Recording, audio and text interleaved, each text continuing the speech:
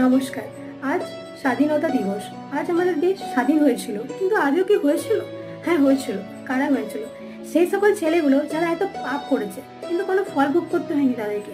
তারা যারা এত অত্যাচার করছে মেয়েদের উপর, কিন্তু কোনো ফল ভোগ করতে হচ্ছে না তাদেরকে। তারা তারাই স্বাধীন হতে পেরেছে।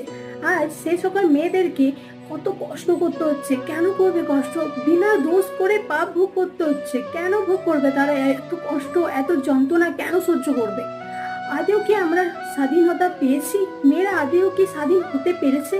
আজ কিছু মানুষ বলছে সন্ধ্যা 6টার পর মেয়েদেরকে বাড়ি থেকে বেরোতে দেবে না, তাদের জন্য সেফ নয়।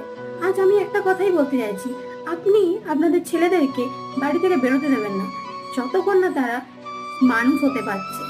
জানোয়ার থেকে তাদেরকে মানুষ করে তুলুন, তারপর বাড়ি থেকে বাইরে বেরোতে দেবেন। আমরাও স্বাধীনতা ডিজার্ভ করি। আমরা মেয়ে, আমরা বাঁচতে চাই। ধন্যবাদ।